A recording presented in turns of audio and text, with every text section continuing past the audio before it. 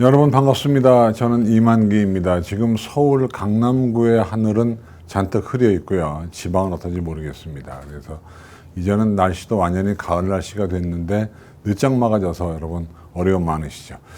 그런 어려움 속에 우리는 이제 수시 모집 준비를 해줘야 되고요. 또 지금쯤에는 각 학교에서 담임선생님들과 상담을 다 끝내고 얼추 대학을 정해서 이제 차근차근 준비를 할 때가 아닌가 싶습니다. 벌써 이제 8월도 훌쩍 지나가려고 하고 있고요. 좀 있으면 9월 1일 날 모의평가가 다가옵니다. 그래서 하도 주위에서 9월 모의평가에 대한 그 두려움을 줘가지고 부담감을 줘가지고 상당히 부담 속에서 하루하루를 보내지 않나라고 생각이 됩니다. 그런 날이 바로 오늘입니다. 그래서 우리는 일단 오늘은 이미 거의 다 대학을 정했긴 했습니다만 그래도 마지막에 어떤 걸 체크해 봐야 돼. 체크리스트 한번 따져보고요. 그런 내용을 한번 얘기해 보겠는데 지금 라이브로 진행되고 있습니다. 지금 시각은 7시 1분 정도를 지나고 있고요. 지금 시간이 아니라 시각은 1분 정도를 지나고 있기 때문에 여러분 편안한 마음으로 앉으셔가지고 댓글창에 질문도 올려주시고 제 라이브 방에도 들으시고 하면서 한번 대학 가는 지름길을 따져보겠습니다. 저는 유해평가연구소장 이만기입니다. 강남강 강사도 했고 지금은 이제 입시만 다루고 있습니다. 제 15년 전 모습입니다. 여러분 비슷하죠, 그죠? 네. 그다음 이제 오늘 차례가 되겠는데요. 코로나와 연관해서 어떤 조치가 있는지 그리고 작년도 수시를 우리가 어떻게 이중에 수시 리뷰 돌아보기고요. 그다음에 이제 주요 전형별 키워드 어떤 점에 주목해서 우리가 봐야 할 건지 그다음에 사전 체크리스트도 볼 거고요. 그리고 가장 중요한 것이 올해 이제 입시의 변수 혹은 쟁점들이 10가지가 넘는데 그 쟁점들을 한번 정리해 볼 것이고 마지막으로 핵심 전략을 통해서 합격의 지름길을 찾아보겠습니다. 자, 그럼 제일 먼저 코로나부터 한번 보도록 합니다. 코로나에 걸리면은요, 시험을 볼까요, 못 볼까요? 코로나에 걸려도 수능 시험은 봅니다. 그러나 대학별고사는 못 볼 수도 있기 때문에 코로나에 걸리지 않는 것이 관건인데 아마 여러분들 지금 1차는 다 맞았고 지금 이제 2차까지 맞은 분들도 아마 있을 겁니다. 그래서 수능 시험은 증상자, 유증상, 무증상, 확진자 나누어서 봅니다. 그래서 다 나라에서 알아서 여러분들에게 볼 수 있도록 조치를 해주니까요. 걱정하지 마시고 공부만 하시면 돼. 그래도 코로나 걸리면 안 되니까 고3은 지금 졸업생은 지금 사람들이 많이 모이는 데는 안 가는 게 상식입니다. 그래서 그냥 본인이 조용히 공부만 하시고 사람들이 모이는 곳에는 안 가는 백화점, 마트 이런 데 가지 마시고요. 오로지 공부만 하시기를 당부를 드립니다. 그래서 올해는요. 수능 시험이 작년과 좀 다릅니다. 뭐가 다르냐면 작년도에는 매 시간 마스크를 끼고 그 전면 아크릴 칸막이 속에서 시험을 봤기 때문에 시험지를 넘기기도 어려웠는데 올해 같은 경우는 칸막이가 없습니다. 그래서 마스크만 하고 시험. 그 이유는 이제 백신도 맞고 마스크도 하고 말도 안 하니까 칸막이가 필요 없는 거죠. 그랬다가 마스크를 풀어내는 점심시간에만 3면 이렇게 디귿자 모양 3면 칸막이를 줍니다. 그래서 그거는 이제 종이로 만들었는데요. 종이로 만든 거를 여러분에게 나누어주면 여러분 스스로가 칸막이를 치고 밥을 먹고 접어서 반납하고 환기시키는 그런 시스템으로 가기 때문에 올해는 그래도 작년보다는 한결 시험 보기가 쉬워졌다. 시험지 넘기기가 부담이 없다는 것이 나와 있고요. 여러분 그 정도 코로나 조치 정리합니다. 그 다음에 이제 작년도에 수시를 한번 돌아봐야 되는데 돌아보는 이유가 지피지기면 100점 볼 때 나를 알고 적을 알면 100번 싸워도 위태롭지 않다. 그것처럼 작년도 경우를 알면 올해의 경우도 짐작이 됩니다. 그래서 하나씩 보겠습니다. 자, 수시에 올인하는 재학생들이 많다. 그래서 지금 우리가 수시 얘기를 하고 있습니다만은 실제로 수시에 너무나 목을 매다 보면 정시가 구멍이 뻥뻥 뚫립니다. 그러니까 우리가 수시 원서를 쓸 때는 지나치게 조급하게 쓰는 것이 아니에요. 왜? 정시도 기회가 많기 때문에. 물론 수시 인원수가 작년보다 줄었습니다. 왜냐하면 정시 모집이 35, 40으로 늘어나면서 수시가 좀 줄었긴 했는데 그래도 수시에 너무 조급해 하시면 안 됩니다. 수시에 못 가도 정시에 갈 기회가 많기 때문에 작년도에도 정시가 뻥뻥 뚫렸거든요. 오죽하면 8등급이 지역 국립대학의 수학교육과에 붙었다는 얘기가 나왔겠습니까? 그러니까 정시 모집이 있다는 걸 여러분 염두에 두시고 수시는 조급하지 않도록, 그래서 수시에 올인하기보다는 정시까지 염두에 두는 전략이 필요하다. 그러면 어떤 게 수시에 올인하는 거냐? 예를 들면 학생부 종합전형에 원서를 쓰는 친구들이 지금 자기소개서를 쓰는데 온갖 노력을 기울이면서 수능 준비를 소홀히 하고 있다. 이것이 이제 수시에 올인하는 거예요. 또 수능 준비는 제대로 안 하고 논술학원에 가서 논술 강의만 듣고 있다. 이것도 수시에 올인하는 거예요. 그건 안 되는 거예요. 그러니까 정시와 수시를 균형 있게 공부해 주는 것이 좋다. 그럼 결국 수능 준비를 철저히 해라. 이건 작년도의 교훈을 올해 되새기는 거예요. 두 번째, 학생 수가 줄었습니다. 줄었는데 올해는 작년보다 한 10,000여 명이 늘었죠. 근데 는 것이 그렇게 크게 효과가 없습니다. 그래서 작년도 비슷한 양상을 띠고 있는데 문제는 작년도에는 애들이 줄면서 지역 대학들이 충원을 못했다. 그러니까 빵꾸난 대학들이 무지 부지기수였다. 특히 지방 국립대학도 못 채운 대학들이 많아서 추가 모집을 했는데 그 추가 모집으로도 못 채웠다. 그래서 모 대학은 대학교 총장님이 사퇴한 그런 경우가 있었습니다. 그 다음에 학생부 교과전형은 경쟁률이 미처 널뛰기 했다. 이게 바로 뭐냐면 항상 이런 겁니다. 항상 경쟁률은 한 해가 높으면 한 해가 낮아요. 그래서 이게 퐁당 원칙이 있어요. 그러니까 올해도 작년도에 높았던 과들은 올해 대부분 내려갈 거고 작년도에 낮은 과들은 올해 대부분 올라갈 겁니다. 그래서 특히 학생부 교과 경쟁률이 그러합니다. 왜? 교과는 나와 있는 내신 가지고 원서를 쓰는 거기 때문에 그런 양상을 종종 가지고 있고요. 근데 학종은 대학마다 달랐다는 겁니다. 그러니까 우리가 학생부 교과 전형은 작년도의 경험을 되새겨 보면 작년도에 높았던 과들을 올해 쓰면 내려갈 확률이 있다. 우리가 이제 핵빵꾸 난다 그런 얘기 있는데 보통 그런 대학들이 작년도에 무지하게 높았던 데가 올해 낮은 경우가 꽤 있다. 근데 이건 통계적으로 낮은 건 100% 낮은 건 아닙니다. 그 다음에 논술 전형 인원수도 감소했다. 작년. 근데 올해 또 감소할 거다. 왜? 대학들이 논술을 많이 줄였거든요. 그래서 논술 인원수는 작년보다 늘었습니다. 근데 늘은 것이 약간 허상인 것이 가천대와 고려대, 세종, 수원대가 적성을 보다가 논술로 돌았기 때문에 실제로 늘었습니다만은 우리가 가고자 하는 것들은 많이 줄었다 이겁니다. 작년도 그랬고요. 그 다음에 또 하나, 작년도에 수능 최저를 꺼렸기 때문에 논술 준비가 미흡해도 수능 최저를 마친 친구들은 붙었다. 이건 무슨 얘기냐면 수능 준비를 안 한 친구들이 꽤 있습니다. 그러다 보니까 최저를 못 맞췄어요. 그러니까 실질 경쟁률이 많이 떨어지면서 실제로 논술을 못 써도 수능 최저를 마친 친구들이 붙은 경우가 작년도에 꽤 있었는데 지금 우리가 보는 요 내용들이요. 사실 이걸 2022 돌아보기라고 바꿔도 크게 다르지 않을 거예요. 그러니까 무슨 말이냐면 이런 양상이 올해도 벌어질 가능성이 99.9%입니다. 여러분, 그 점을 기억하셔야 돼요. 다음 내용 또 보겠습니다. 댓글, 어머나 댓글이 벌써 올라왔어요. 예. 선생님 너무 반갑습니다. 뭐 등등 나오는데 제가 이따가 댓글을 볼 때는요. 좀 가서 보겠습니다. 제가 안 보여서. 아니면 모니터를 조금만 당겨주시면 우리 이원영 선생님이 노력하시는데 글자를 키워주시거나 네, 좋습니다. 그래서 어쨌든 이 수시 돌아보기를 우리가 보고 있는데 돌아보기가 2022 예측학이라고 봐도 크게 다르지 않기 때문에 꼼꼼하게 볼 필요가 있겠다 그런 내용들이고요. 그러니까 올해인 경우도 수능 최저를 마치면 붙을 경우가 상당히 높은 것이 특히 문과 수험생들은요. 확률과 통계, 올해 문과 수험생들이 귀에 못이 박히도록 들었던 얘기가 확률과 통계 수험생이 불리하다 그랬잖아요. 그죠? 그건 불리하거든요. 그러니까 문과 수험생들이 수학에서 상위 등급 받기가 쉽지가 않아요. 그러다 보니까 이게 커졌다. 그러다 보니까 실제로 우리가 볼 때는 그 문과 수험생들은 수능 최저 마치기가 쉽지 않을 거예요. 물론 수학 가지고 마치는 경우는 드물겠습니다. 어쨌든 그래도 옛날보단 최저 마치기가 힘들다고 치면 올해도 논술을 못해도 수능 최저만 마치면 붙는 경우가 꽤 나올 수 있겠다는 그런 얘기를 다시 한번 강조하는 것이고요. 그 다음에 이제 여기 이제 작년도에 좀 매력 있는 내용이었는데 학종 지원자 가운데 졸업생 비율이 증가했다.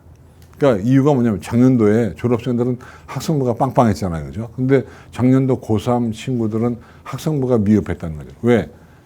학교도 안 가고 원격 수업을 하고. 그러니까 이제 졸업생들이 야, 요것들 봐라. 요거 만만하네. 그리고 학종으로 지원을 대거한 겁니다. 그래서 어떻게 보면 평소보다 한 1.5배 정도로 졸업생 지원자가 늘었다는 겁니다. 그렇게 해서 보면 그래서 이제 요건 작년도 이건 모 대학의 경우인데요. 그래서 올해인 경우도 작년도 고3 친구들이 다시 한번 학종에 지원하는 친구들이 꽤 있을 겁니다. 그러니까 올해도 예년에 비해서 졸업생 지원자가 늘 것 같다. 학종인 경우도. 더군다나 올해 지금 반수생이 는다는 거 아닙니까? 그러니까 올해인 경우도 졸업생이 늘 수 있겠다. 근데 졸업생이 는다는 얘기는 사실은 좀 두려운 상대가 되는 거죠. 여기서 졸업생들한테 한 가지 부탁. 학종으로서 원서를 졸업생들이 낼 때 자기소개서를 새로 쓸 필요는 굳이 없다. 왜냐하면 자기소개서가 당락을 가르는 중요한 문건은 아니기 때문에. 근데 만약에 새로 쓴다면 재수할 때의 얘기를 조금 더 써주는 것은 나쁘지 않다. 그런 말씀을 드려요. 그 다음에 최저가 없어진 전형은 서류와 교과의 비중이 높아졌다. 당연한 거죠. 당연한 거죠. 그죠? 최저가 없으면 서류와 교과의 비중이 높은데 문제는 서류가 있고 또 면접 보는 대학도 있는데 이게요. 한 가지 팁을 드리면 이런 겁니다. 고3인데 일반고 고3이 원서를 쓸 때 서류 100에 넣을까요? 서류 플러스 면접에 넣을까요? 이거 일종의 저의 경험에 의한 팁인데 일반고 수험생이 학종으로 넣을 때는 서류 100보다는 서류 플러스 면접이 낫습니다. 왜? 아무래도 특목자사고 친구들에게 뒤지기 때문에 일반고 수험생들은 면접을 통해서 뭔가 뒤집을 수 있는 여지가 있어야 되는데 얘기 나온 게 또 면접 얘기로 또 한번 가보겠습니다. 작년도 같은 경우에요. 면접을 통해서 당락이 뒤집힌 경우가 한 20% 정도 된다는 겁니다. 근데 작년도에는 면접이 여러 화상 면접도 있었고요. 영상 업로드 방식도 있었는데 본인이 영상을 찍어서 본인이 올리는 방식은 변별력이 없지만 교수님은 저 방에 있고 나는 이 방에 있는 일종의 뭐라 그럴까요?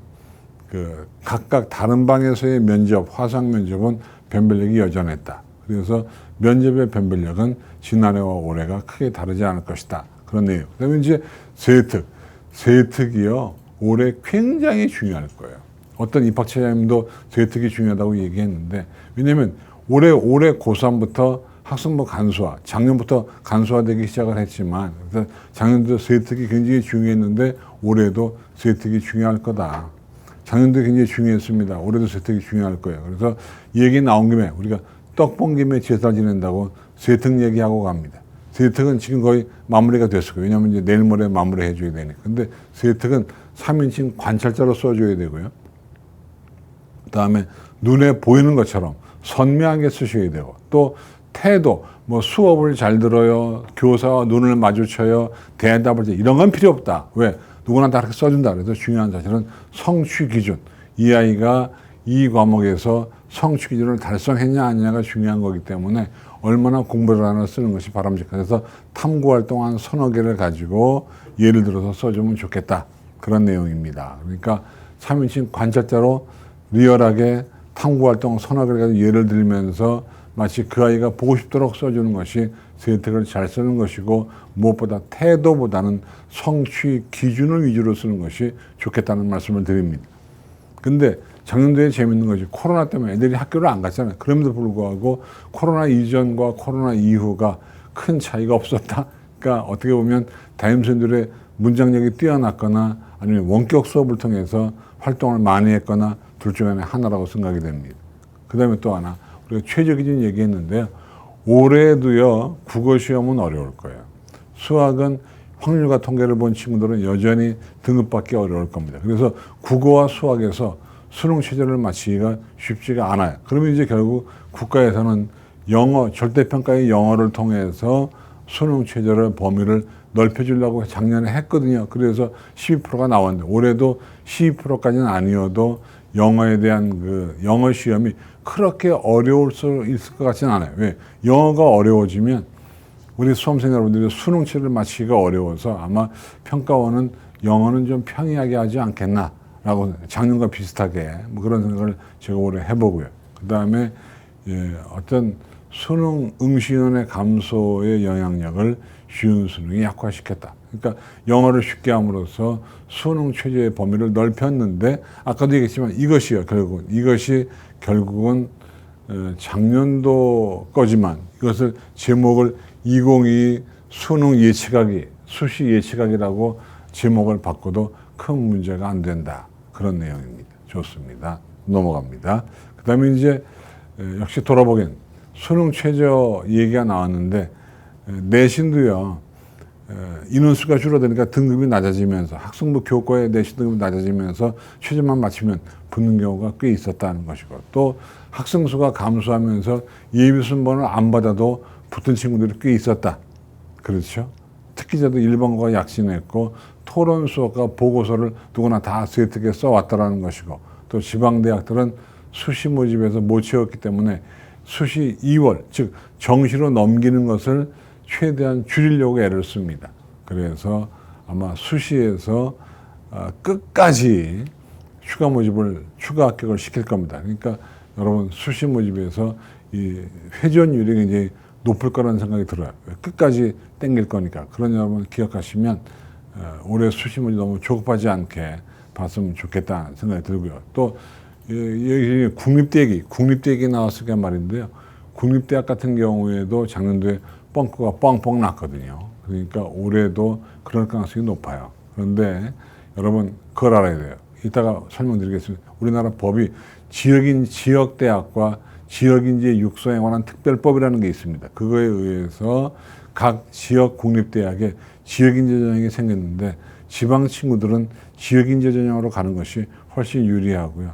또 서울 친구들은 지방대학 가려고 치면 지역인재 때문에 약간 불리한 면이 없지 않아 있지만 이런 겁니다. 지방대학을 나오면 지역에 있는 공공기관 취업이 쉬워요. 그래서 지방대학도 나쁘지 않다. 국립대학. 여러분 그런 점을 제가 당부드리겠고요. 그 다음에 이제 또 하나. 작년도부터 2015 개정교육과정이 있었습니다. 그래서 선택 과목이 있고 학교 교육과정이 복잡했는데 상당히 많은 학교들이 학교 교육과정을 제대로 짜면서 수험생들에게 여러 가지 선택 과목을 주었다는 겁니다. 그러다 보니까 교육과정을 제대로 운영한 고등학교와 운영하지 않은 고등학교 사이에서 문제가 생겼다. 그러니까 선택한 교육과정을 제대로 운영한 고등학교는 학종에서 많이 붙었지만 제대로 운영하지 않았던 고등학교는 어려움이 있었다. 내용이고요. 그리고 또 하나 일부 대학은요. 그냥 등급만 본 것이 아니라 원점수, 표준 편차 이런 걸 가지고 등급 플러스 석차까지 그러니까 2등급도 1등급에 붙은 2등급인지 3등급에 내려앉은 2등급인지를 따져가지고 등수를 다 만들었다. 여러분 아시겠지만 저희 회사 같은 경우는 이제 이마스라고 그러는데 합격자 그 산출 프로그램이 있습니다. 이런 거에 의해서 해보면 거기에 추정 등수가 있어요. 옛날에 없던 거거든요. 그러니까 보통 사정관들이 보는 프로그램에서 그래프 형식으로 나오다가 최근에는 그래프도 나오면서 그 위에 추정 등수라는 게 있어서 그 여러분들의 성적을 등수까지 판별해내는 그런 것이 대학에서 고도화되어 있기 때문에 여러분 내신 성적을 그렇게 뭐 단순하게 보지 않아요. 꼼꼼하게 본다는 거 여러분 알아두시면 여러분 입시의 당락을 그게 가를 수 있다는 생각이 들고요. 그 다음에 또 하나 블라인드 얘기해요. 블라인드 평가를 작년부터 했습니다. 블라인드 평가가 면접에서가 아니라 학생부에서 학교 이름을 다 가렸습니다. 지역도 가리고 인적사항 가리고 다 가렸습니다. 근데 가리고 나니까 어떤 일이 있었느냐. 인문계, 일반계 고등학교, 특목고, 자사고 사이에 차이가 얼마나 컸느냐. 짐작해 보면 별로 차이가 없었다. 무슨 말인지 아시죠? 그러니까 블라인드 평가를 했는데 블라인드 평가의 어떤 그 결과가 예년과 크게 차이 나지 않았다. 유의미하지 않았다. 다시 말하면 자사고들은 자사고 티가 났고 특목고는 특목고 티가 났다. 그런 내용입니다. 근데 그럼에도 불구하고 아주 미세한 차이를 본다면 특목 자사고가 약간은 불리했고 일반고가 약간은 유리해졌다. 또 강남의 일반고처럼 내신 받기 어려운 일반고들은 약간 피해를 받고 내신 받기 좋았던 일반고들은 약간의 이득을 봤다. 근데 그 이득과 피해의 차이가 매우 작았다. 그러니까 그렇게 유의미하지 않았다는 것을 우리가 알 수 있습니다. 여러분 지금 댓글창에 질문을 올려주고 계신데 실시간으로 저희가 답변을 드릴 겁니다. 저희 유해교육평가원의 박현옥 연구원이 지금 앉아 있기 때문에 연구원이 노트북을 보면서 여러분 질문에 답을 할 거니까요. 필요하시면 댓글창에 질문 올려주시면 좋겠습니다. 이게 이제 라이브 강의의 묘미가 아니겠습니까? 지금 시각은 7시 20분을 넘어서고 있습니다. 좋습니다. 그래서 다시 또 화면으로 오면 블라인드 평가의 의미가 유의미하지 않았다는 것이고요. 근데 올해는 또 어떨 거냐? 아마 작년에 비해서 약간 블라인드 평가의 경험이 있기 때문에 올해는 또 유의미할 수도 있는 거죠. 특히 이제 어떤 경우냐면 특색 있는 교육과정을 운영하지 못했던 강남의 일반고 아니면 광역자사고 등은 분리했다. 사실 블라인드 평가에 대해서는요, 대학들이 어떤 그 의견 표시를 한 적이 없습니다. 그런데 저희가 이제 회사에 다니면서 그 UA 온투표라서 저희가 한번 처장들을 만나보니까 처장님들이 답변을 하시는데 약간의 유의미한 대학도 있고 유의미하지 않은 대학도 있었지만 서울시립대학이 그 공유 컨퍼런스에서 블라인드 평가의 효과에 대해서 언급한 것이 유일한 보고서인데요. 보고서를 언급한 걸 보니까 유의미한 차이가 없었다. 오히려 공정성을 위해서 블라인드 평가를 했는데 실효성이 별로 없었다는 의견들이 대부분이었습니다. 그럼에도 불구하고 올해 블라인드 평가를 하니까 블라인드 평가를 하게 되면 당연히 비교과의 위력은 떨어지면서 학교의 어떤 후광 효과도 없어지면서 내신의 위력이 올라가는 일이 벌어져서 아마 올해는 작년보다도 내신 위력이 더 올라가지 않을까라는 생각이 들고요. 또 이제 교육과정을 봅니다. 교육과정을 보다 보니까 경제란 과목을 아이들이 하기 싫어하잖아요. 물리학토 하기 싫어하잖아요. 그러다 보니까 사정관님들이 물리학토를 한 수험생, 경제학을 공부한 수험생들에게 마음이 가는 거죠. 마음이 가다 보니까 1차 선발이 많이 됐다. 근데 이제 2차에 가서 2단계에 가서 면접 같은 걸 해보니까 좀 떨어지긴 했는데 어쨌든 물리학토와 경제를 선택했던 친구들이 1단계 통과율이 예년에 비해서 높았다, 작년에. 그것이 이제 블라인드 평가의 결과였다는 것이고. 그래서 근데 이런 거죠. 선택 과목이 아무리 좋아도 내신 등급이 안 좋으면 날아갔다. 우리가 이제 세특 얘기 많이 하는데 세특을 아무리 잘 써줘도요, 사정관들이 세특만 보는 게 아니거든요. 세특을 보고 동시에 내신 등급을 봐요. 성취도 ABC를 봅니다. 그러니까 아니 세특은 무지하게 화려하게 써놨는데 내신 등급 5등급 나오면 사정관들은 고민합니다. 얘 특목고인가? 얘 자사고인가? 하고 다시 한번 학생부를 보면 특목고 자사고가 아니네 라고 치면은 이건 뭔가 교사가 뻥을 쳤거나 아니면 애가 소홀했거나 이런 거죠. 수학경 시대에 은상 받았는데 수학 내신은 5등급. 이건 사실은 좋은 성적 못 받습니다. 그런 것처럼 세특과 성취도와 내신 등급이 일맥상통하게 나가는 거 여러분 아셨으면 좋겠고요. 넘어갑니다. 그 다음부터 보겠습니다. 그 다음에 이제 지금부터는 수시 전형별 키워드. 전형은 교과 전형이 있고, 그렇죠? 종합 전형이 있고, 논술이 있고, 특기자가 있는데 하나씩 한번 보겠습니다. 학생부 교과입니다. 교과 전형은요, 여러 가지 특징이 있지만 내신의 위력이 제일 큽니다. 어떻게 보면 가장 편한 게 학생부 교과 전형입니다. 그래서 보면 교과 전형은 해당자가 많지 않아요. 왜? 내신 좋은 친구들이 많지 않잖아요. 그 다음에 그러다 보니까 중복 합격자가 많아요. 중복 합격자가 많다는 얘기는 그만큼 회전율, 충원 합격이 많다는 얘기입니다. 그렇게 해서 나와 있고요. 또 하나는 보시면 학생부 교과 전형 모집 인원은 증가했습니다. 왜? 학교장 추천도 늘었고요. 지역 인구도 늘면서 학생부 교과, 그러니까 올해 학생부 교과 전형이 어떻게 보면 구멍 전형일 수도 있어요. 애들은 줄고 그랬는데 학생부는 늘었다. 근데 학생부 교과가 좋은 친구는 많지 않다라고 치면은 올해 학생부 교과 전형에서 당락을 갈리는 경우가 꽤 있을 거라고 생각이 됩니다. 서류 반영 비율은 굉장히 적고요. 그죠? 그래서 보면 그러니까 수도권 대학들은 아무래도 교과가 적고요. 지방대학은 교과가 많은데 근데 적성고사가 많이 줄었잖아요. 줄은 게 아니라 없어졌죠.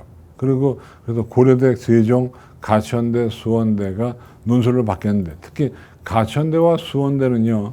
논술 문제가 엄청나게 쉬워요. 거의 단답형 비슷하게 약수령으로 나와 있기 때문에 만만해 보인다는 얘기고요. 그 다음에 이제 학생부 교과 100%, 그러니까 출결, 봉사하는 것 다른 거 빼고 학생부 교과 100%가 늘었고, 또 주요 대학, 우리가 원하는 15개 주요 대학은 수능 최저를 걸었다. 그래서 이런 거죠. 최저가 높은 대학은 내신 등급이 내려가고, 최저가 없거나 낮은 대학은 내신 등급이 올라갑니다. 그러니까 우리가 기출 문제에 나와 있는 내신 등급을 볼 때는 사실은 수능 최저가 있냐 없냐도 여러분 보셔야 되고요. 또 과탐을 2개 하는지 사탐을 2개 하는지를 여러분 아셔야 됩니다. 또 평균인지 절삭을 하는지, 그렇죠? 이런 걸 다 알아서 가셔야 되고요.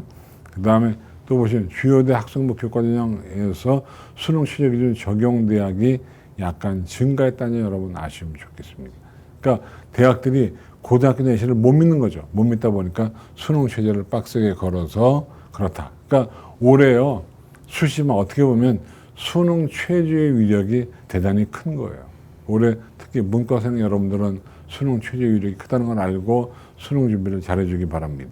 그런가 하면 여기 보시면 반영 교과, 과목수 같은 걸 잘 따져봐야 됩니다. 특히 올해 같은 경우에 2015 개정 개원이 본격적으로 나와 있기 때문에 어떤 대학은 학생부 교과인데도 국수영사가 반영을 다 하고, 어떤 대학은 국수영사, 국수영 과만하고, 어떤 대학은 상위 10단위, 어떤 대학은 상위 30단위, 10과목 등등 다양하기 때문에 항상 그 대학의 요강을 보고 그 대학의 기준에 맞추어서 교과를 하셔야 됩니다. 넘어갑니다. 그 다음에 올해 특이한 것이 이 진로 선택 과목이 올해 입시에 반영이 됩니다. 근데 상당수의 대학은 제대로 반영을 안 해요. 그러니까 진로 선택 과목을 모양만 내고 제대로 반영을 안 하기 때문에 진로 선택 과목에서 뭔가 변별력이 생기는 경우는 없다. 그러나 지금 이제 입시라는 것은 0.1 콤마만큼의 어떤 차이점을 다루는 것이기 때문에 이것도 꼼꼼하게 따져봐야 되겠다는 것이고요. 그 다음에 이제 우리가 교과 전형의 성적 레인지를 보겠는데, 이것은 100% 맞는 건 아닙니다. 왜냐하면 이건 UA닷컴에 입력한 친구들 성적을 저희가 가져왔기 때문에. 근데 이것도 이렇게 레인지가 범위가 달라지는 이유는 수능 최저가 있고 없고의 차이입니다. 그래서 이걸 보시면서 있느냐 없느냐를 보셔야 돼요. 저 대학은 왜 낮지? 심각하게 낮은 대학은 아마 최저가 있을 확률이 높고요. 굉장히 높은 대학은 최저가 없을 확률이 높습니다. 그래서 여러분 지금 이것은 인문계를 보고 계시고 있고요. 그래서 최고, 평균, 최저를 보여드리고 있습니다. 모든 대학은 아니고 강남 인가니까 수도권 중심으로 보여드리고 있습니다. 그래서 보면은 낮은 대학도 있고요, 높은 대학도 있습니다. 한양대 같은 경우는 굉장히 높죠. 이유는 수능 최저가 없기 때문에 높을 수밖에 없습니다. 올해도 이건 거의 비슷한 양상을 띌 것 같고요. 학생부, 교과, 자연계열 같은 경우도 거의 비슷한 양상을 띱니다. 근데 작년부터, 원래는요, 문과가 높고 자연계가 낮았는데 작년에부터 2015 개정교육과정이 되면서 수학을 인문자연 합쳐서 성적을 내다 보니까 인문계 수험생들의 내신 등급이 내려가서 자연계 인문계가 비슷해지는 양상을 지금 띄고 있습니다. 참고하시고요. 내가 가려는 대학은 저기 없네. 그럴 수도 있죠. 그죠? 그 다음 더 보겠습니다. 보시면, 또 쭉쭉 보시면 한성대학이 비교적 낮죠. 이유는 이제 대학의 평판도나 브랜드와 연관이 있다고 생각하시면 될 것 같습니다. 넘어갑니다. 지금 인서울대학을 보고 있는데요. 인서울대학 가기가 쉽지가 않죠. 근데 제가 늘 말씀드린 인서울대학만 노리지 마시고 지방대학 가시면 지방의 공공기관 취업이 한결 쉽다는 점을 이제 말씀을 드립니다. 그 다음 또 보겠습니다. 그 다음에 이제 종합전형은요, 이미 다 거의 끝났다고 보시면 됩니다. 왜냐하면 여러분에게 남은 거는 이제 보시면 이 수능 거의 최저가 없죠.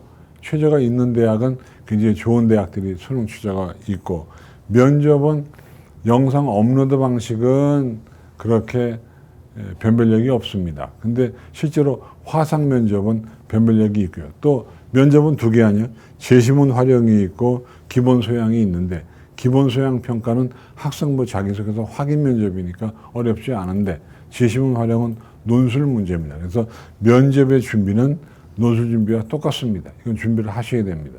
근데 면접은 항상 면접 요령을 설명드리면 밝고 명랑하게 하시면 됩니다. 근데 너무 또 까불어도 안 됩니다. 그러니까 이게 참 면접이 어려운 것이 또 면접은요, 이런 겁니다. 머리에 든 게 많은 친구와 머리에 든 게 별로 없는 친구가 말을 잘하고 못하고, 근데 최근에 면접은 말 잘하고 못하고가 아니라 머리에 얼마나 들었나, 얼마나 말은 잘 못해도 얼마나 자기 얘기를 표현할 수 있는가, 이 표현력의 문제를 따지기 때문에 사실은 뭐 말만 잘한다고 되는 것은 아닙니다. 그리고 교복을 못 입잖아요. 블라인드 평가이기 때문에 교복 입고 가면 위에다 가운 씌워줍니다. 그래서 여러분 사복 입고 가요. 여기서 한 가지 제가 팁을 드리면, 대부분 면접은 그 학과 교수님들이 보는 경우가 많아요. 그래서 어떻게 보면 본인들이 가르칠 아이들을 본인들이 뽑는 거기 때문에 좋은 인상을 주는데 역점을 두시고요. 인사하는 거 잊지 마시고. 그렇다고 무슨 뭐 군대처럼 네 수험번호 몇 번 이런 거 필요 없습니다. 그냥 조용히 들어가서 앉아서 웃으면서 답변하면 되고, 또 당부하고 싶은 것은 시간이 남으면 교수님이 여러분에게 물어봅니다. 수험생 마지막으로 하고 싶은 말 있으면 해보세요. 그럴 때 뭐 충성을 다하겠다는 등 교수님 이뻐요 뭐 이런 거 필요 없고요. 그냥 앞에서 한 질문에 대한 답변 중에서 자기가 못한 답변을 차근차근 정리하시면 됩니다. 어쨌든 그런 거고요. 그 다음에 서류도 있고, 여러분 내신, 근데 여기 보면 포스트가 서류인데 거의 내신 의력과 비슷합니다. 그래서 요즘은 학생부 종합전형이 아니라 학생부 교과 정성평가로 바뀌었다고 보시면 된다는 말씀 드리겠고요. 그 다음에 학종으로 많이 뽑는다. 아직은 학종이 건재하고 있다. 그런 말씀을 드립니다. 넘어갑니다. 다음 2번입니다. 2번 보시면 대부분 수능 최저가 없다. 그러나 명문대학들은 수능 최저가 있다. 그렇죠? 그러니까 수능 최저가 있다는 얘기는 그만큼 서류의 비중과 내신의 비중이 높지 않다 이렇게 보는 것이고요. 그 다음에 1단계에서 2단계 면접인데, 면접에서 1단계를 뒤집을 가능성이 그렇게 많지는 않아요. 한 10%에서 20% 정도가 되는데, 그것도 커트라인 선상에 몇 명이 바뀌는 거지 전체가 바뀌는 게 아닙니다. 그러니까 여러분들이 보시기에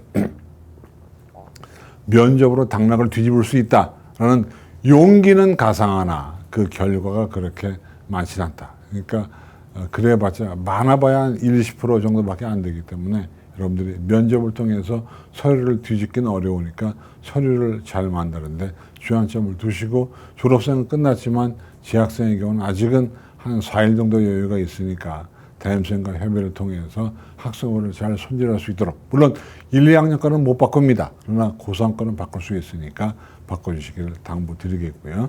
그 다음에 내신 이하 임용 나온 거니까 도리가 없는 것이죠. 그죠? 그 다음에 네 번째, 서류평가. 올해부터 서류가 간소화됩니다. 교사 추천서가 폐지가 됐죠. 근데 추천서가 폐지가 되면서 학생부에서 중요도가 올라간 게 있습니다. 바로 뭐죠? 예, 행동 특성 및 종합 의견의 퍼센테이지가 올라갔죠. 추천서의 대용입니다. 근데 이미 그건 고1, 고2 때 끝났기 때문에 돌이킬 수가 없죠. 그래서 아쉬움이 있지만 그 아쉬움을 달래고 세특에다가 주안점을 두었으면 좋겠다. 자율활동, 진로활동, 동아리활동 쪽에다가 주안점을 두었으면 좋겠다는 생각이 들고요. 또 올해부터 자기소개서 문항이 한 문항이 줄었습니다. 그래서 작년도에 1번과 2번을 합쳐가지고 올해 1번이 됐고, 작년 3번이 올해 2번입니다. 그러니까 1번은 학습 경험과 활동 경험, 2번은 인성인데요. 2번은 사실 그렇게 중요하지 않은데, 1번은요, 작년도에 1번과 2번이 한 2,500자인데 올해는 1번이 1,500자로 바뀌었기 때문에 사실은 그걸 하기가 어려워요. 제가 한번 해보니까 작년도 1번, 2번이 쓰기가 쉬웠습니다. 1번 학습 경험, 2번 활동 경험인데 올해 같은 경우는 1번, 2번 합쳐서 하나가 되다 보니까 1,500자니까요. 활동을 너무 많이 써도 안 돼요. 활동을 한 2개 정도인데 가능하면 학습 경험을 통해서 일반 활동으로, 그러니까 뭔가 나 똑똑해, 그 똑똑한 결과 이런 활동을 했어. 그러니까 일반 활동과 학습 활동을 좀 이렇게 어울리게 이렇게 해줬으면 좋겠다는 생각이 들어요. 그렇게 되면 얼마나 좋을까요? 근데 그 쓰기가 쉽지 않아요. 그리고 또 가끔 그런 질문합니다. 반말로 쓸까요? 존댓말로 쓸까요? 그러는데 사실은 자기소개서는요, 반말, 존댓말이 중요한 것이 아닙니다. 그냥 여러분들이 아무렇게나 쓰면 됩니다. 그런데 제가 볼 때는 존댓말이 나올 수도 있겠지만 용량을 할 말이 많으면 반말을 써도 되는 것이 사정관들이 너무 바쁘기 때문에 반말인지 존댓말인지도 인식을 못합니다. 근데 중요한 사실은 여러분 면접이 있는 친구들은 자기소개서에다가 면접거리를 집어넣을 수도 있습니다. 왜? 희한한 얘기를 써놓으면 면접관이 물어볼 수밖에 없습니다. 그래서 일종의 거기다 미끼 상품을 던져 놓아서 요거 좀 질문해 다오 라고 하는 친구도 있습니다. 그러니까 특히 근데 여기서 주의할 점, 자기소개서를 쓸 때요 너무 어렵게 쓰시면 안 됩니다. 왜냐하면 자연계 친구에게 당부하는 것은 이 사정관들 가운데 자연계 출신이 그렇게 많지 않아요. 어떤 대학은 많겠지만 어떤 대학은 자연계 출신이 없고 인문계 출신이 자연계 수험생의 자기소개서를 볼 때도 있습니다. 그래서 너무 어렵게 쓰면 뭔 말인지 몰라요. 그리고 또 하나, 여러분 의대를 가려고 마음먹었던 친구가 치대를 갈 수도 있겠죠. 그죠? 그런데 그럴 때 거기다가 괜히 또 평소에 관심 없던 치아에 대해서 뭔가 써놓을 필요가 없습니다. 제가 늘 말씀드리지만 치과대학 교수님들은 의대 가려다가 안 되니까 치과대학 온다는 것도 알 수 있고요. 또 원래부터 치과 생활을 좋아하는 사람도 있으니까 다양합니다. 그러다 보니까 그런 크게 문제가 안 돼요. 또 하나 가끔 그런 걱정을 합니다. 어떤 분들이 자기 전공 적합성 얘기가 많이 나오니까 자기 진로 희망이 바뀌는지 어떻게 해요? 고1 때는 변호사였는데 고2 때는 교사가 됐어요. 뭐 그럴 경우에도 크게 문제가 안 되는 것이 이렇습니다. 고등학생이기 때문에 뭔가의 꿈은 변할 수도 있는 겁니다. 그러다 보니까 진로 희망이 바뀌어도 크게 문제가 안 된다. 여러분 생각이 되는. 그냥 그 당시에 희망에 맞는 활동을 그 학년에 해주면 좋은 겁니다. 아시겠죠? 그죠? 자기소개 그렇게 정리해 주시고, 인성도요, 여러 개 쓸 필요 없습니다. 제가 볼 때는 활동은 한 2개 정도, 인성은 한 1개 정도를 써주시면 좋을 것 같아요. 인성은 하나를 좀 길게 쓰는 것이 한 800자밖에 안 되니까요. 쓸 것도 많지 않아요. 참고해 주시고요. 그 다음에 또 보겠습니다. 그 다음 또 보시면 종합전형에서 서류와 면접이 있고 등등이 있는데 보시면 차이점이 아까 제가 말씀드렸습니다. 일반계 친구들은 어떻게 할까요? 일반계 친구들은 어떻게 할까요? 바로 뭐냐면 이런 겁니다. 현욱 씨, 물 한 잔만 줄래? 일반계 친구들은 죄송합니다. 제가 목이 댓글 제가 답변을 좀 그러면 제가 잠깐 앞으로 가서 보고 답변을 드릴게요. 보겠습니다.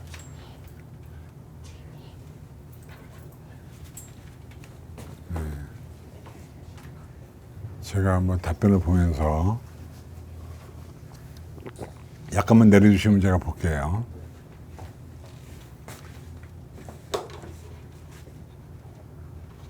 한번 처음부터 한번 내려봐 주시면 답변을 드릴게요. 드디어 시작도 있고요. 그 다음에 반갑습니다가 있고, 이런 질문이 있네요. 이과 친구들이 최저를 맞추기 상대적으로 쉬워졌잖아요. 그럼 최저 맞추기 어려운 대학에 이과가 문과 계열로 지원한다면 당연히 넣을 수 있을지 궁금합니다. 넘어갔다. 위로 좀 올려주세요. 위로. 아까 제가 보던 거. 이과생들이 최저 맞추기가 쉬워졌다. 그래서 문과로 지원한다면 상향 지원 가능하느냐? 그건 가능할 수도 있습니다. 그건 잘 나왔을 경우에 가능할 수도 있어요. 다음 또 볼까요? 그 다음 또 보시면 일반고 4점대 중반 학생이 정교회장, 부회장 하면서 비교과를 학교에서 잘 채웠다면 어디까지 학점을 지원할까요? 일반고 4등급도요, 충분히 중경외시 정도 레벨에 지원할 수 있습니다. 특히 경희대 레온드네 상사 같은 경우는 4등급도 붙은 사례가 있기 때문에 최저만 맞출 수 있다면 가능성이 있다 이렇게 보여지는데, 물론 학과가 어디냐가 또 다를 수 있겠고요. 그렇죠. 그 다음에 또 하나,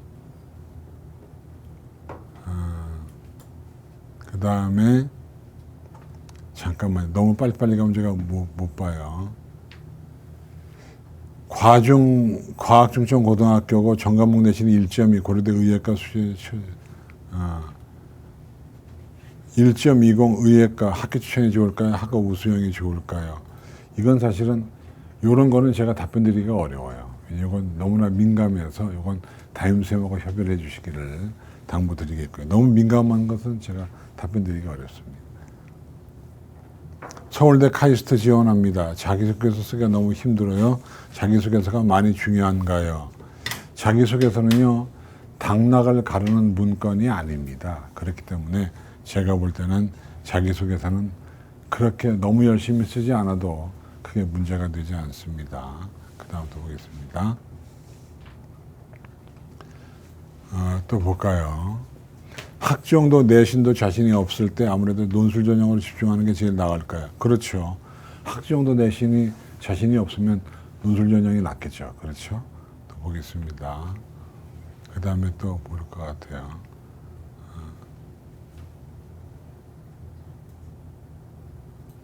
잠깐만요. 한양대 의료학과 수시 지원하고 싶은 수도권 비평전화 일반고 학생인데 등급만 볼까요? 등수까지 낼까요? 등수까지 한번 내서 보시기 바랍니다. 왜냐하면 대학들에서 그렇게 보니까요. 그 다음에 또 하나, 자기소개서에 눈뜨기 만한 독특한 관심사 팁. 이건 자기 전공과 연관된 것이기 때문에 제가 뭐 팁을 드리기는 쉽지가 않아 보이고요. 그 다음에 또 허주희님이 그런 질문을 했습니다. 전사고에서 7등급 받고 1학년 1학기 마무리하면 일반고로 옮겼다. 그 다음에 얼마나 불리할지 알고 싶다. 학점을 포기하고 정시를 해야 하나. 이것은 7등급이 중요한 게 아니고요. 전체 등급이고 또 그 학생부를 보면 전사고에서 전화공고를 알 수 있기 때문에 그렇게 불리하지는 않을 겁니다. 근데 그러나 7등급이 들어옴으로써 전체 평균이 내려갈 거니까 어려움이 있을 수 있겠죠. 그건 감안하셔야 되고요. 하나만 더 보겠습니다. 일반고 2.5 생기부가 잘 되었으면 학종은 어느 정도 대학생 가능한가요? 일반고 2.5고 생기부가 잘 돼 있으면 학종으로 갈 만한 대학은 꽤 범위가 넓습니다. 우리가 소위 말하는 명문대학도 충분히 갈 수가 있는 양상을 띠고 있습니다. 그러니까 크게 문제가 안 될 것 같고요. 다만 이제 좋은 대학들은 수능 취재가 있기 때문에 그렇습니다. 네. 학종 인문계들 성적을 좀 보고 있습니다. 그렇죠? 쭉 보시겠습니다. 인문계 친구들 학종을 보고 있고요. 이건 대학마다 여러 가지가 상황이 좀 다르기 때문에 내신 레인지를 그렇게 절대적으로 볼 수 있고 또 이 성적은요. 어디가 대기업소 하는 사이트 어디가에 보면 나와 있기 때문에 참고해서 보시면 좋겠습니다. 넘어갑니다. 여러분 참고를 좀 하시고요. 인문계입니다. 또 보겠습니다. 이건 제가 보여드리는 것으로 만족할게요. 네, 잠깐만요. 글자 다 보이시죠, 그죠?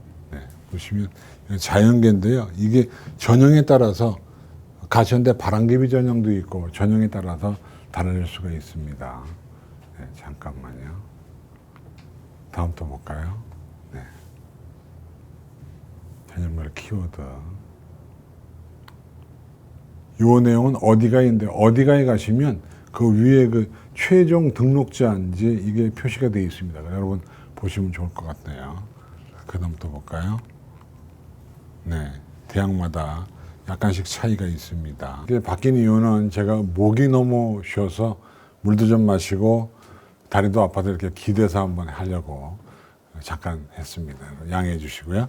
그래서 이제 논술 전형의 경우는 첨삭 지도를 받는 게 제일 좋습니다. 근데 첨삭은 사실은 학교 교사보다는 지금에 와서는 학원 선생님이 더 나을 수도 있다는 생각이 들고요. 여러분 그렇게 좀 생각해 주시고 넘어갑니다. 근데 아까도 얘기했지만 논술 같은 경우는 학생부를 반영한다 하더라도 크게 그렇게 중요하지 않습니다. 왜냐하면 논술 실력이 가장 중요한 것이고요. 또 수능 최저가 있는 논술인 경우는 수능 최저만 맞추면 붙는 경우가 꽤 된다. 아까 우리가 리뷰에서 봤죠. 그죠? 근데 최저가 완화는 됐지만 여전히 큽니다. 그래서 과탐이 하나냐 두 개냐 사탐이 하나냐 두 개에 따라 다를 수 있겠고요. 그 다음에 이제 비교과 활동은 거의 의미가 없다고 생각이 되고 또 일부 자연계 논술은 수학 범위에 기하를 넣기도 하고 기하를 빼기도 합니다. 그러니까 내가 가려는 대학의 논술 범위가 무엇인지를 여러분들이 확인해 주셔야 됩니다.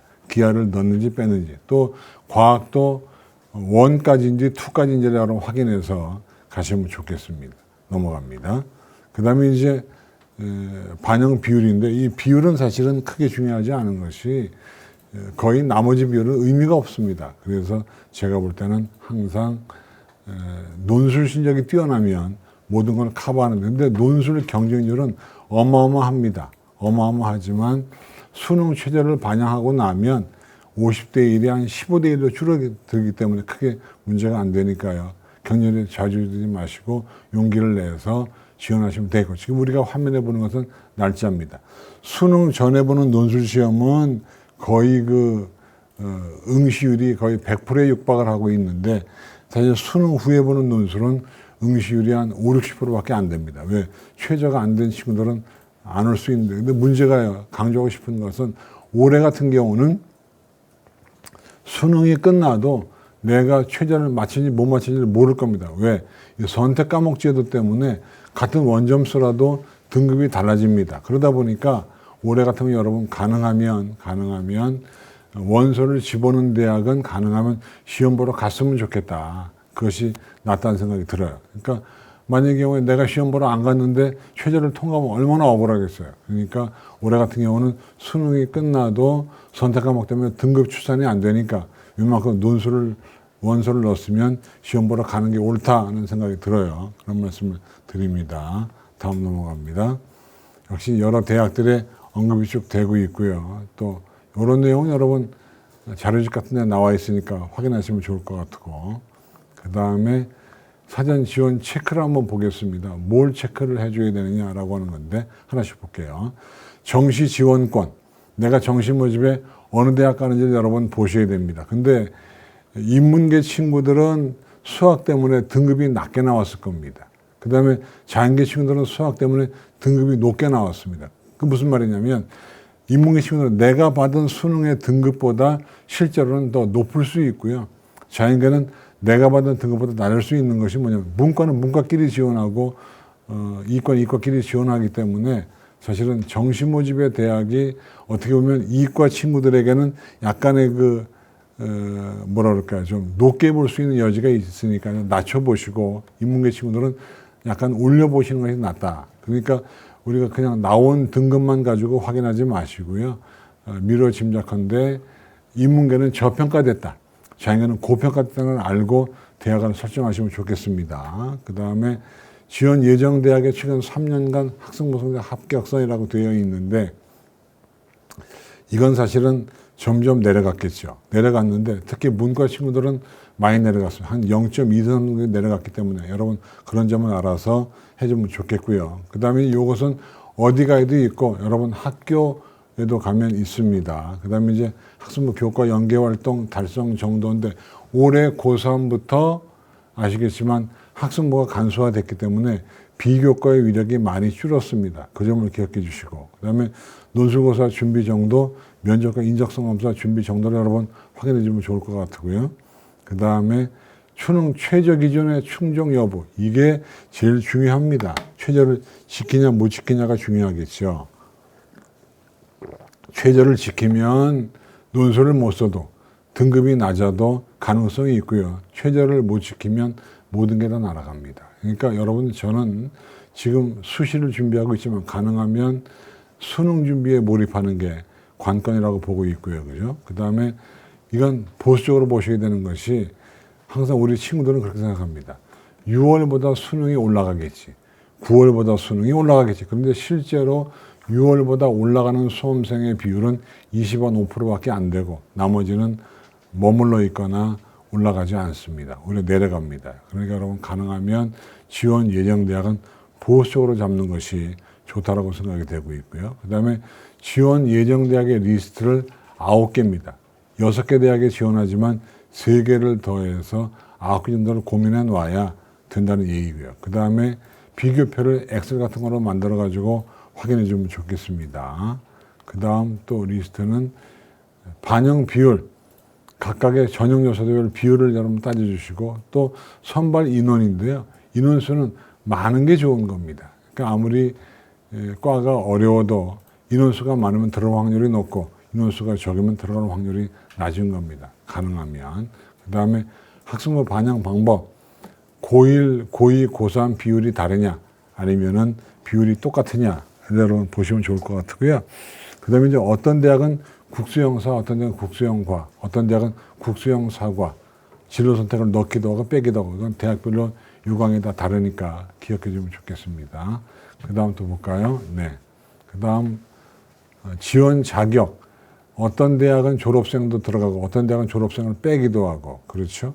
해외고가 들어가고 해외고를 빼기가 하고 그런 양상이 있기 때문에 그런 걸 여러분 보시면서 지원해 주면 좋을 것 같고요. 그 다음에 경쟁률 추이요. 경쟁률이 어떻게 올라가냐 내려가냐. 작년에 올라가냐 내려가냐. 항상 얘기하지만 작년에 올라간 대학은 올해 내려가고요. 올해 내려간 대학은 내년에 올라갑니다. 그 양상은 거의 차이가 없다라고 생각이 됩니다. 그러니까 3년간 동일 학과 동일 모집 단위의 경쟁률 추이를 보시면 좋겠다. 기억하세요. 그 다음에 합격 사례는요. 여러분 보시는 것처럼 어떻게 하면 되냐면 어디가에 가면 다 나와 있습니다. 그리고 각 교육청에서 사례집을 발표한 게 있기 때문에 그걸 여러분 보시면 되는데 문제는 그 출신 고등학교도 눈여겨보시게 됩니다. 아무리 블라인드 처리가 된다 하더라도 전국형 자사고는 사실은 금방 나와 있기 때문에 여러분 그걸 보시면 내가 어떤 고등학교인지를 알아서 가셔야 됩니다. 그 다음에 미등록 충원 인원을 보셔야죠. 충원율은 거의 비슷하니까요. 그래서 작년에 충원율이 높은 대학은 올해도 충원율이 높을 수밖에 없습니다. 그 다음부터 보겠습니다. 예, 그 다음에 이제 수시원의 변수 혹은 쟁점인데요. 이게 제일 중요한 요소라고 생각이 되는데 올해 같은 경우 하나씩 볼게요. 자, 반수행입니다. 반수행이 상당히 증가할 수밖에 없는 이유는 올해 일단 아스트라제네카든 모더나든 파이자든 백신 때문에 여러분 좀 늘었다 그랬는데 그것 때문에 는 것은 아니고요. 올해 졸업생들이 대학을 많이 안 갔잖아요. 그러니까 각 대학에 대한 로열티가 없는 거예요. 충성도가 없습니다. 그러니까 학교에 대한 애착이 없는 거죠. 그러다 보니까 학교를 안 가게 되고 원격 수업을 하다 보니까 시간도 많고 하니까 그냥 한번 시험이나 더 볼까 하는 친구들이 있는 거예요. 그렇기 때문에 제가 볼 때는 올해 반수생들이 작년보다 뭐 3만 명까지는 아니어도 꽤 많은 인원수가 늘 겁니다. 근데 반수생들은 일단 수능을 잘 볼 수밖에 없고 또 마음의 여유가 있기 때문에 배짱 지원들을 많이 합니다. 그러니까 이 반수생들이 올해 입시에서 관건이 될 거예요. 그렇죠? 그 다음에 이제 올해부터 약대가 6년제로 바뀝니다. 그래서 자연계 상위권들의 지원 판도가 변할 거예요. 이를테면 그동안 약대나 의전을 가기 위해서 했던 프리 메디칼 스쿨이나 프리 팜 스쿨이 변할 겁니다. 그러니까 화학과, 화공생명 이런 그 동물생명, 생명과학 같은 뭔가 약대나 의전을 가기 쉬웠던 학과들의 성적이 많이 내려갈 겁니다. 그렇죠? 그러다 보니까 어떤 일이 벌어지냐면 자연대학 그 상위권들의 성적이 많이 내려갈 거예요. 그렇죠? 그 다음 또 보겠습니다. 그 다음에 이제 올해부터 학생부 간소화가 되고 있고요. 그 다음에 수상실적인데 수상실적이 한 학기당 한 개만 인정하게 되어 있습니다. 이건 올해 졸업생도 문제입니다. 졸업생도. 네, 계속하겠습니다. 지금 보시는 것이 졸업생들 전공적 합성과 연관된 전공 실적, 수상 실적을 인정해 주면 좋겠고요. 그 다음에 가능하면 융합형 인간이라 해서 융합형 어떤 상, 그러니까 문과생이 이과상, 이과생이 문과상을 한 점 적어주는 것은 바람직하다고 생각이 되고요. 이거 그 다음에 지역균형 선발 는 거 말씀드렸고, 그 다음에 학교장 추천자가 는 거 올해 변수가 되는 거 말씀드렸습니다. 다음 넘어갈게요. 보시면 문이과 통합형 수능에 따라서 최저 기준 충족이 어렵다는 걸 여러분 전제로 했고요. 그 다음에 논술 실시 경향은 내려가고 올해 첨단 신설학과가 많이 생기는데 신설학과는 경쟁률은 높은데 성적은 높지 않습니다. 여러분 그런 점을 알았으면 좋겠고요. 다음 넘어갑니다. 그 다음 내용은 이건 작년도 변수인데 올해 변수와 거의 유사하기 때문에 아마 올해도 작년과 비슷한 양상을 띠지 않겠나라고 생각이 됩니다. 그러니까 이게 보이는 것이 내일 보면 거의 비슷하게 올해도 이런 양상을 띌 것 같다는 생각이 들고요. 넘어갑니다. 그다음 핵심 지원 전략은요. 여러분 화면을 통해서 간단하게 보겠습니다. 남은 일정 9월 모의고사 잘 봐라는 거 여러분 말씀드렸고요. 그 다음에 수험생수 감소 아까 우리가 얘기했죠. 등급이 내려갑니다. 여러분 그 점 기억했으면 좋겠습니다. 그 다음 내용은 선발 방법. 요강이 바뀐 걸 여러분 잘 보셔야 됩니다. 요강 바뀐 걸 잘 봤으면 좋겠고요. 그 다음 내용은 자연계열 중심으로 첨단 신설학과가 많이 늘었다. 신설학과는 경쟁률은 높은데 비율은 성적은 높지 않다는 점 여러분 기억했으면 좋겠습니다. 그 다음 내용은 실천 전략은 뭐 넘어갈게요. 아까 얘기를 한 거니까. 그래서 학생부 교과는 중복 지원이 많으니까 추가 합격이 많다. 종합은 세특이 중요하다. 논술은 첨삭 시도가 중요하다라고 말씀을 올렸습니다. 그 다음에 수시 모집은 지원 경향은요. 나와의 경쟁자가 어느 대학에 쓰는지를 이것은 입시기관들 홈페이지에 가면 있습니다. 참고했으면 좋겠고요. 그 다음에 Q&A가 있었는데 우리 댓글창에서 답변을 드리겠고요. 이렇게 해서 간단하게 설명회를 마쳤는데 아무쪼록 여러분 올해 꼭 대학 가시고 수시에서 꼭 합격하시기를 당부드립니다. 마치겠습니다. 안녕히 계십시오.